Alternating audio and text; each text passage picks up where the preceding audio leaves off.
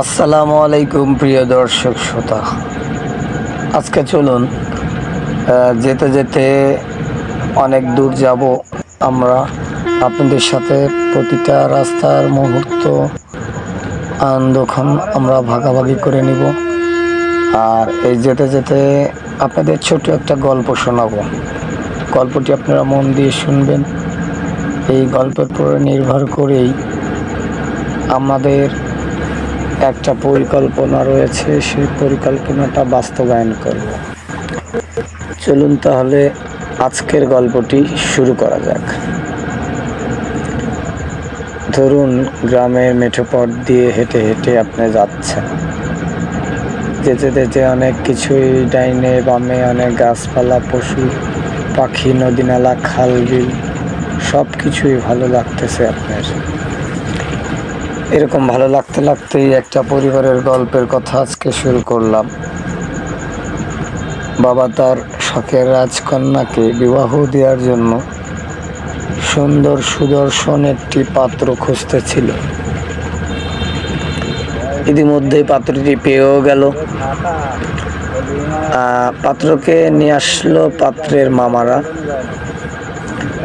মামারা আনার পরে এক পর্যায়ে পাত্র পাত্রীকে দেখে পছন্দ হলো এবং পরিবারের সম্মতিতে সবার সামনে তাদের কলমা বলে মানে বিবাহ সম্পূর্ণ হলো।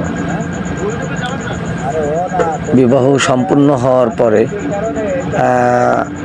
ছেলে পক্ষ এবং মেয়ে পক্ষের কথা ছিল যে, বিশেষ করে মেয়ে পক্ষের কথা ছিল, আমাদের মেয়ে তো অনেক ছোট, তাহলে কিছুদিন যাক, আমরা অবশ্যই আমাদের মেয়েটাকে আপনাদের হাতে তুলে দেব। তারাও সেই সময়টা নিয়েছিল। সময়টা নেওয়ার পরে অনেক দিন তাদের সাথে টুকটাক যাওয়া আসা হয়, কথাবার্তা হয়। এবার কথাবার্তা হওয়ার পরে যাওয়া আসার মধ্য দিয়ে কিছুদিন হতে হতে মাঝে আবার গ্যাপ হয়ে যায়। কিভাবে গ্যাপ হয়? ছেলেরা টোটালি মেয়েদের সাথে সম্পর্ক এড়িয়ে চলে, তাদেরকে বুঝতে দেয় না। আর এর ফাঁকে এক পর্যায়ে দেখা যায় যে ছেলেটি মেয়েটিকে অনেক অবহেলা করতেছে, খুঁটিনাটি নানান সমস্যার কথা তুলে ধরতেছে, বিভিন্ন সময় বিভিন্ন ধরনের অভিযোগ আনতেছে মেয়েটির উপর। এক পর্যায়ে মেয়েটি বলে যে, তুমি আমাকে এরকম এড়িয়ে চলতেছো, তার কারণটা কি? তখন সে বলল যে, দেখো, আমি তো ঢাকায় থাকি, বিজনেস করি, আমি সেখানে একটা বিয়ে করে ফেলছি। তোমার সাথে আমার আর মনে হয় সংসার বাঁধা হবে না। তোমাকে এটা আমি জানিয়ে দিলাম, অবশ্যই তুমি তোমার বাবা মাকে জানিয়ে দেবে। আসলে এমন একটা কথা, যারা পিতামাতা আছেন, এই কথাটা যে কত কষ্টদায়ক শুধু তারাই জানেন। তাহলে ছেলেটার কথা শুনে মেয়েটির তখন কি অবস্থা হয়েছিল মেয়েটি জানে।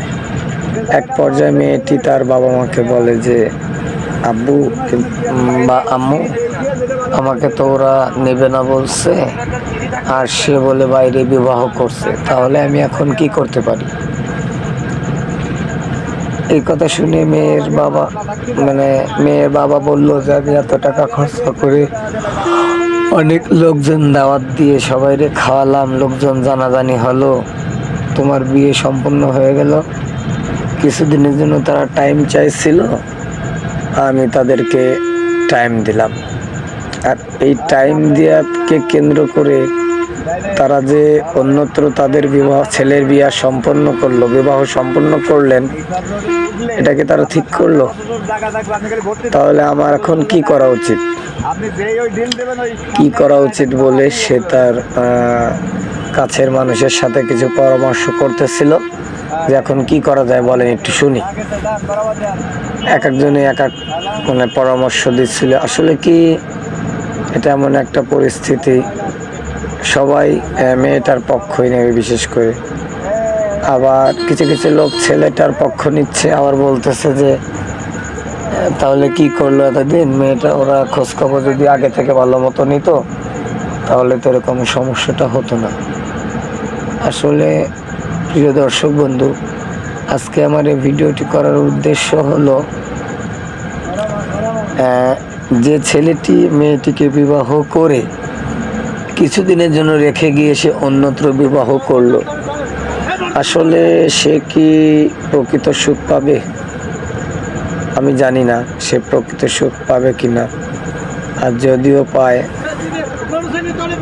তাহলে আমার মনে হয় না যে সে ভিতরে শান্তি পাবে, কারণ মহান আল্লাহ তাআলা রব্বুল আলামিন মানুষকে কষ্ট দেওয়া পছন্দ করেন না।